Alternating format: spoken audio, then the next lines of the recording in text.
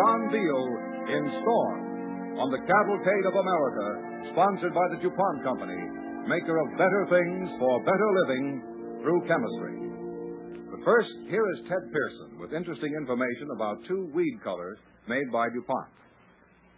Weed pulling and digging is a very hard and backbreaking job at best. And in the case of poison ivy, well, it's a dangerous one as well. Now, DuPont has two chemical products which destroy weeds, many kinds of weeds. Carmex 2,4-D weed killer, which comes in tablet form and is mixed with water, destroys weeds in lawns but doesn't harm the grass. The other DuPont weed killer is Amate. It's quick and sure death to such noxious weeds as poison ivy, poison oak, and poison sumac. Both weed killers are easy and safe to handle. Simply mix them in water and spray until the weeds are thoroughly wet. Carmex 2,4-D and Amate weed killers are two more of the DuPont Company's better things for better living through chemistry.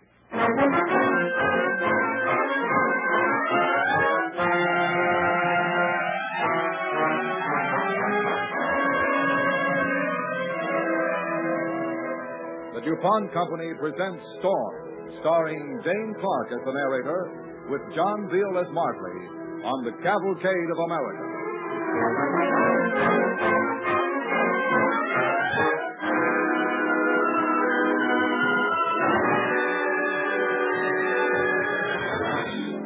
Man lives by the weather and prospers.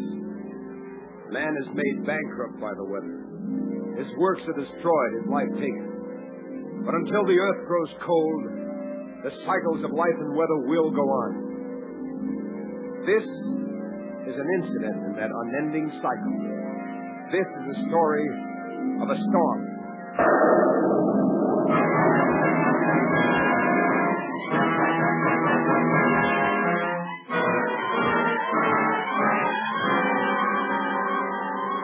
In January, the sun rides deep in Capricorn, far from the northern pole. Unbroken darkness lies over the Arctic, and from the ever-deepening chill of that night, the cold air sweeps down. For 2 days now, from death-cold Siberia, a wide torrent of air has been sweeping southward. The great wind poured over the desert of Gobi, stormed against the Great Wall, and merciless it swept down upon the plains of China. The river of air moved southward along the coast of China, and then out over the sea toward the far reaches of the Pacific, carrying with it the dust of the desert.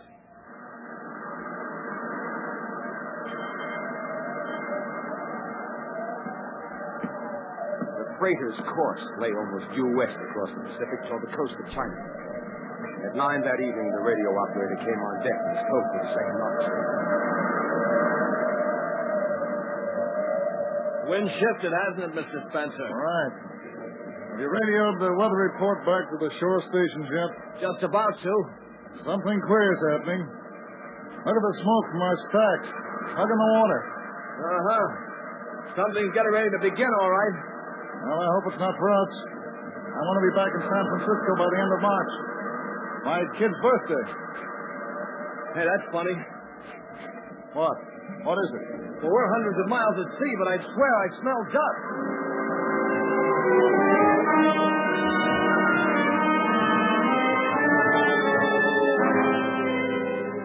An hour before sunset of that day, one section of the cold front hit a small island. This obstruction caused a break.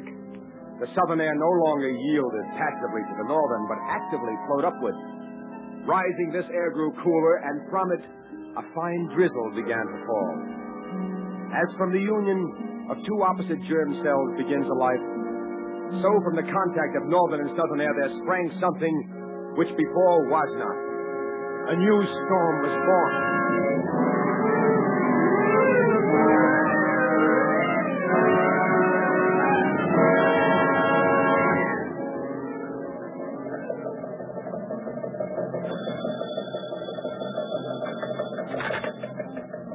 Weather Bureau? San Francisco Say, Bay. Chief, I'd like you to take a look at this map. Yeah? Anything special? We just received a report from a freighter, the Byzantium. 300 miles southeast of Yokohama. There's a storm developing out there. Let's see yesterday's map. Sure used some rain. Here it is, Chief. Yeah. Looks like a fast mover. Keep an eye on it.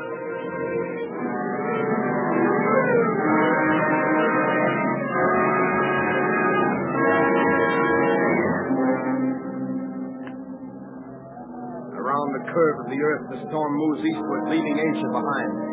Now a torrent of thundering wind and water and electrical energy, it swirls over the darkened waters. In 30 hours, it has grown into a great rushing river of air. 5 miles deep, 500 miles wide.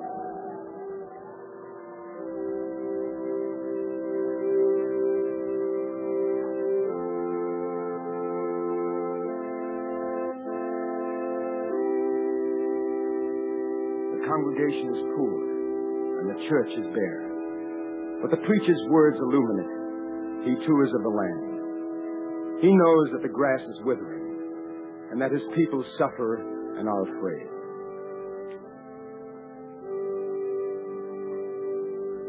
And if it be thy will, O Lord, on this thy day, send us the rain.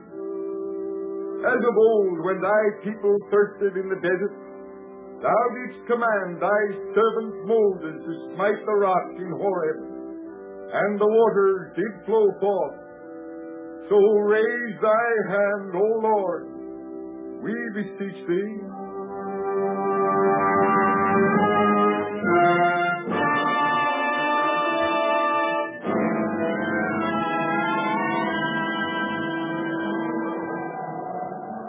The storm now moves fast and grows fast. Now in its 4th day, it centers between the Hawaiian Islands and Alaska. Its northern fringe sweeps Kodiak and Dutch Harbor. The rainfall grows heavier. The winds rise to gale intensity.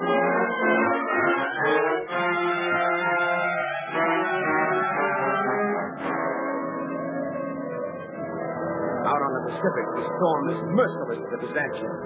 The rudder controls are smashed, and there is no defense against the batter and the pound of the waves.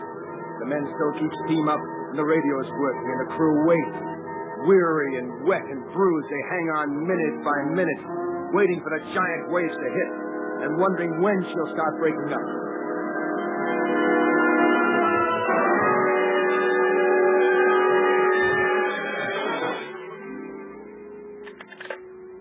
Powerhouse Superintendent. Markley, this is the load dispatcher.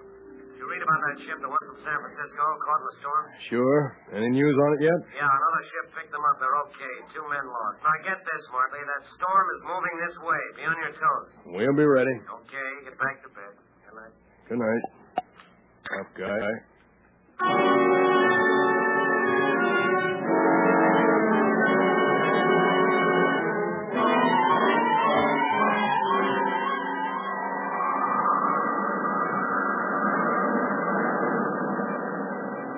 Far around the great circle, a third of the world away, this storm has taken shape. Now in its 6th day, it is no longer a young storm racing its 1,000 miles a day. Now it moves with a steady, sure pace of majesty. Its coming is announced by neither thunder nor lightning, but along the beaches, the vast, unhurried pounding of the ground swell makes known that far off, some great force moves upon the water.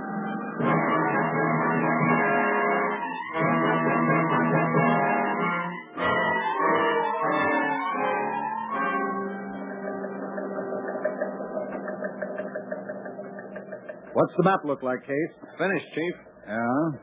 There sure will be plenty happening in California today and tomorrow. Yeah, there sure will. Hey, Whitey, get on the phone. Storm warnings, Cape Flattery to Point Conception. Small craft warnings, south of Conception. Right, Chief. That must be the newspaper again calling for the forecast. I'll have it complete in 5 minutes, but tell them to set the headlines and get ready. It's rain.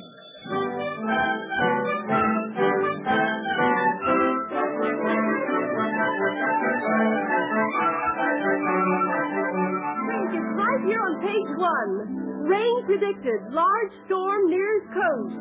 A storm of large proportions is now centered 1,000 miles west. Take it out with that roofing, Joe. It's going to rain. Paper says so. Going to rain. Rain. Rain.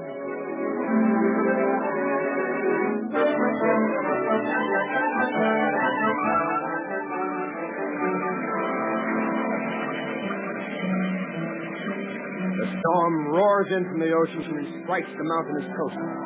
Along the 500 miles from Cape Mendocino to Point Conception, there is rain. Rain on the rocks and the headlands. Rain on the beaches and lagoons. Rain on the high grass slopes. Rain sweeping in and over the surface of the shrunken rivers. Sweeping toward the broad valleys where the clods were dry and the earth lay cracked. John, it's raining.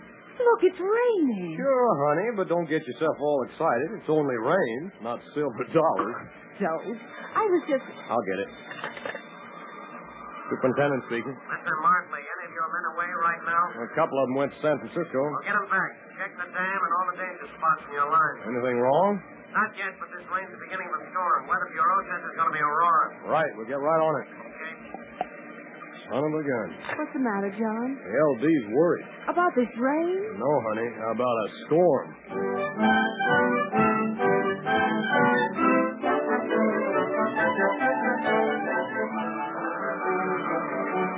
Over thousands of square miles, the rain is falling. The wind swirling. And the clouds are creeping closer and closer to Earth.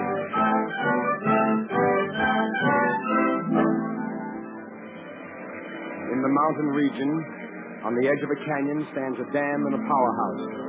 Links in the vast network of power and light. And here, too, stands the home of John Martin. Happy birthday, dear Daddy. Happy birthday to you. Surprise! Why, you did surprise me, you little son of a gun. Happy birthday, Johnny. Thanks, darling. Thank you, son. Let's cut the cake now, huh, Mommy? Let's cut the cake. After we've had our dinner, Paul. But I can give him his present now, can't I? Present? Yes, dear. Here, Daddy. From your ever-loving son and wife. Open it, Daddy. Well, Open let's it. see now. Well, son of a gun, a new suit. Put it on, Dad. It's double-chested. Let's see. Put it on. Sure, fella. After we eat. Oh, it's swell, though. Just a kind. Oh, dear. Oh, keep your fingers crossed, honey. Oh, dear. Powerhouse, Superintendent. Martley, the French bar 60 kV line just went out. Well, we patrolled every inch of that line. Couldn't find a thing. I'm not blaming you, but get your men out now. How's the storm up there? Plenty bad. You can't see 100 feet. Okay, Martley, get your men going. Well, there it is. You and Paul go ahead and eat. Oh, you didn't even try on your suit. Later, Slugger, later. And be sure you save me some of that cake.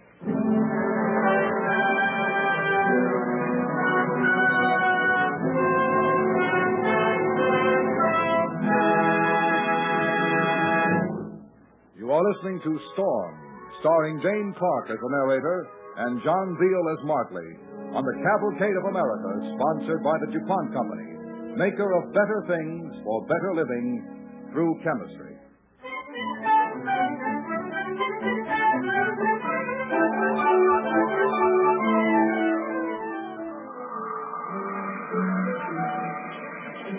Over all the valley, rain is falling. On seeded land and stubble, on pasture and fallow and orchard. It pours upon the fields of new wheat and barley. It turns the alfalfa a brighter green. Against all the long rampart of the coast range, the storm is beating.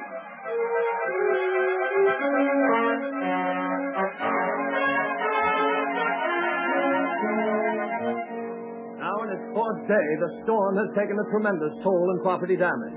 6 lives have been lost. The rivers are rising fast, and in many parts of the state, emergency crews have been mobilized to fight off possible floods. At the Sacramento gauge this morning, the reading was 22.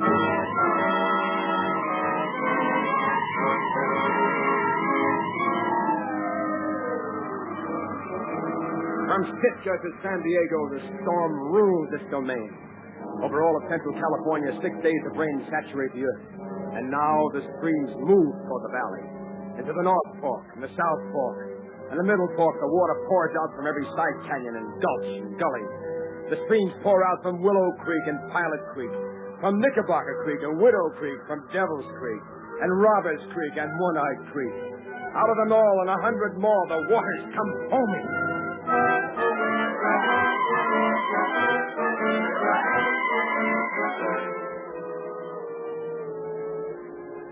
Johnny Martley wakes in the night. His house is near one end of French Bar Dam and close to the lip of the canyon. The house is of wood, solidly constructed. He can feel the tough timbers give before the wind pressure. He hears the crash of the rain. Oh, Johnny. Johnny, what is it? Cloudburst. There'll be a lot of water down the North Fork. The dam will probably be full to the top now. Suppose it spills over. Oh, now, Rose, stop worrying. Then why don't they open the sluice gate? Relax, honey. They'll give me the order when the time comes. I've never seen it as bad as this.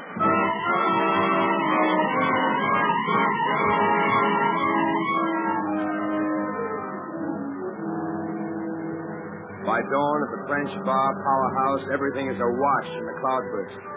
The gang is out tending to the line. Johnny Markley, half drowned under the downpour, is trying to do a dozen things at once to control the water. Johnny! Hey, Johnny! Yeah? Telephone! Coming.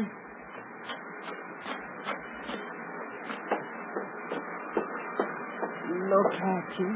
So true to the bone. It's the load, dispatcher. Well, Martley speaking. What's happening up there? The water's up close to the top of the dam now. It should spill in no time. Okay, get the men to open the sluice gate. They're away working on the KV breakdown. I'll have to go myself. But you can't handle it alone, fella. The dam's not one of your modern babies. I'll have to handle it. If that dam goes, the valley goes. Okay, boy, do it your way. I'll send help if I can. I'll be waiting to hear from you. Good luck. Thanks. Johnny!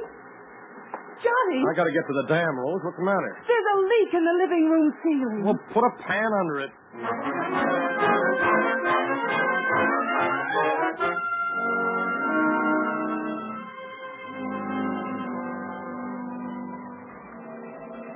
When you're Johnny Markley, you don't wait. You set about doing what has to be done in the very best way you can. You hurry along the narrow trail at the lip of the canyon. A dozen rivulets cascade off into space to the floor of the canyon 300 feet below. You pick your way along the trail, your footwork as neat as a lightweight boxer's. It's not a healthy time or a place for a slip. And when the rain and wind strike against you, you crouch and steady yourself against the rocks on the upper side of the trail. You're in a hurry, but you take it slow. You've got to. All the way up. To the top. To the dam.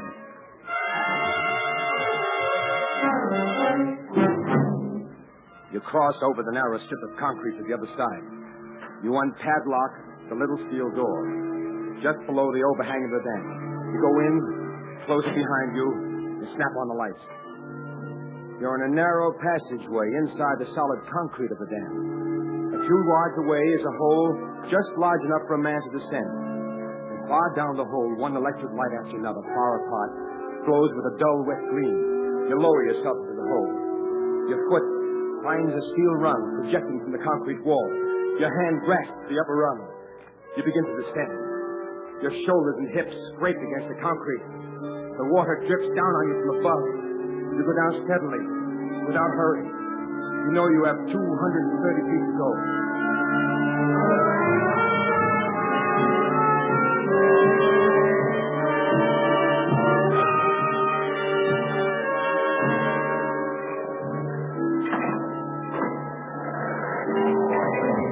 Opening the sluice gate of the dam by yourself is something of a job. The great dam, pressed down on wet now. You seem to be breathing water. I gotta hurry. Sure is a busy day. Roads washing away. A leak in the living room ceiling. Sure is a busy day. The lights, they've blown. Maybe I opened those gates too late, and the dam's spilling. That's all, brother. I'm finished. No. Easy, guy, easy. The lights are out, that's all. Might be for any reason. Sure. No jitters. That stuff's for the kids. The ladder's right here someplace. Walk. Do not run to the nearest exit. The ladder. Where's the ladder? Okay. Let's get out of here. Your right hand finds the steel rung. Wet, cold, slick. You begin to climb upward and you count. 1, 2, 3, 4. You know every detail of the dam. You have to climb upward 230 feet. The rungs are 10.5 inches apart. 269 rungs, hand over hand, foot following foot.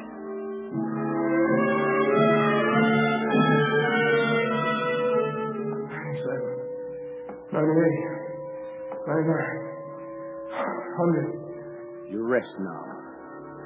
There is a pain across your chest, and your ankles are numb. Just a little. I gotta rest now.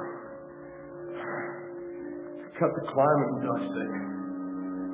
Son of a gun, he knows his stuff. I gotta get out of here. She may be spilling. There's too much water coming in here. You move on. You take the next 100 rungs without stopping, and you rest again.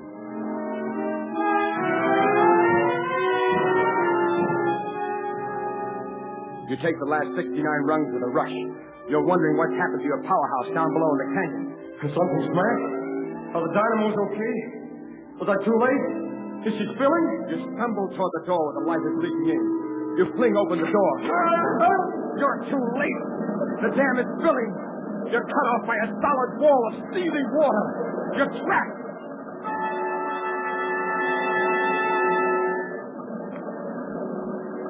You look around for an opening. In front of you, only the sheer wall of the dam, the water pouring over. Behind you, a few feet away, the ground falls off and disappears into the canyon. No, can't wait out here. Son of a gun. I gotta get down to the powerhouse. Those dynamos are as delicate as babies. Yeah, but Daddy's up here, high on the side of a giant cup, and the bottom's 300 feet down. But if I'm careful and lucky, maybe I can do it. Maybe I can belly crawl my way across under the spill of the dam to get through this wall of water. Oh, I'm pinned on this slippery rock shelf like a butterfly on a blotter. Okay, stand still. Now, just look around. Right outside the iron door, you've just come through, you see a worn and rusted half-inch cable. It looks long enough. It'll hold a man. Just beyond the fall of water, 3 rocks stand close together, close to the rock shelf. You know that as you know every inch of the stand. You loop one end of the cable, and you pound it with a rock. You get a firm footing, and you throw the loop cable. Once. Twice. Doesn't catch. 7 times. 8 times. On the 12th throw, it holds. You grab the cable. You fill your lungs full. You push out into screaming space and head into the waterfall.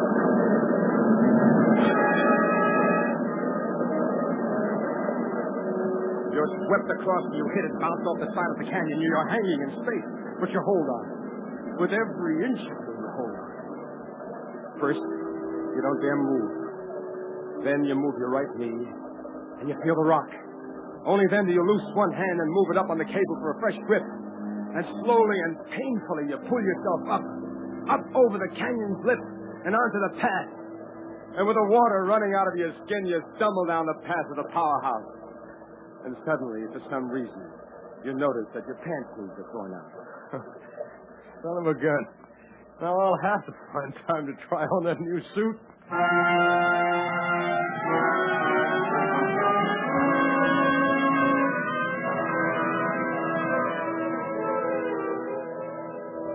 The 9th day, the 10th, and the 11th. For 11 days the storm had flourished and had been strong. And now, in the 12th day of its life, the storm is dying. In the Weather Bureau, the chief traces a new storm wave forming off the coast of Japan. But the present storm, the great and terrible storm, is finished.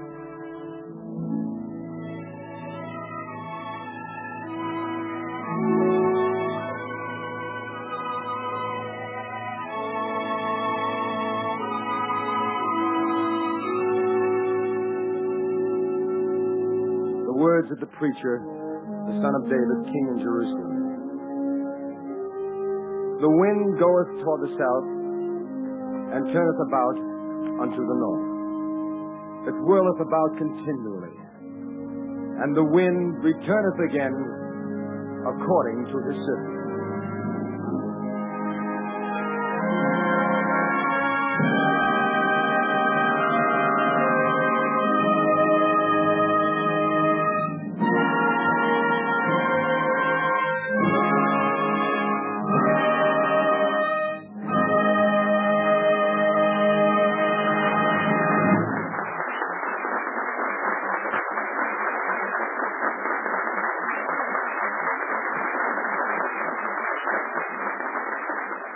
Dane Clark and John Beale will return to our Cavalcade microphone in a moment. Now, here is Ted Pearson.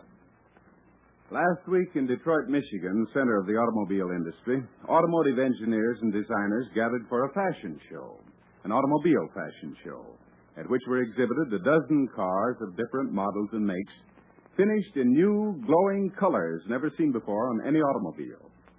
These new Duco metallochrome nitrocellulose lacquer colors came from the laboratories of the DuPont company, where metallochrome is the latest addition to DuPont's famous line of Duco lacquer finishes. 40 years ago, automobiles were finished by skilled coach painters. Slowly, laboriously, they built up coat after coat of paint and varnish, waiting for each coat to dry, and then rubbing it to a high polish by hand. Weeks, even months, were required. It was the invention of Duco lacquer which made the mass production of automobiles possible, in the sense that Duco lacquer provided a finish that dried in minutes rather than hours or days. And now we have Duco metallochrome, which surpasses in beauty and durability the lacquers formerly used for this purpose. Duco metallochrome lacquers are different in two ways. First, the hues are different.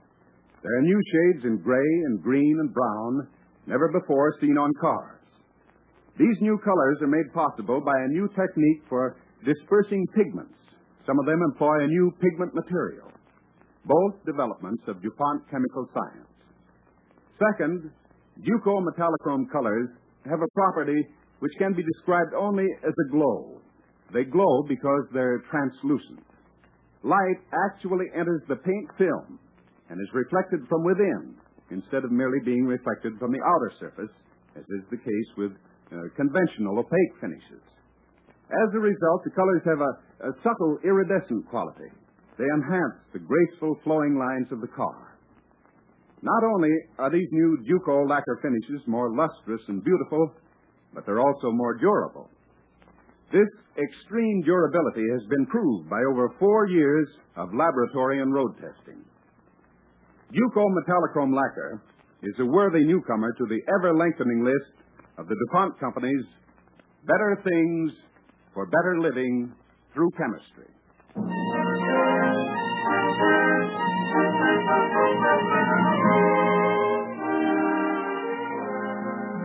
And now our stars, Dane Clark and John Beale.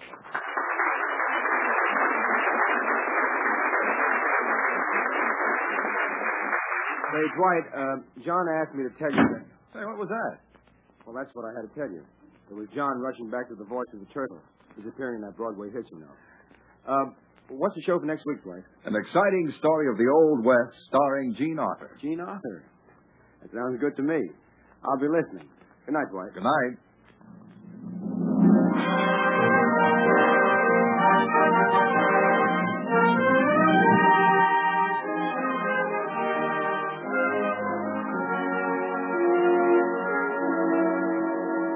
Dane Clark can currently be seen in Her Kind of Man, produced by Warner Brothers. The music for tonight's DuPont Cavalcade was composed by Arden Cornwell and conducted by Donald Voorhees. Our cavalcade play was written by Milton Wayne and was based on the book Storm by George Stewart. This is Dwight Weiss inviting you to listen next week to The Petticoat Jury, starring Gene Arthur, on the Cavalcade of America, brought to you by the DuPont Company of Wilmington, Delaware.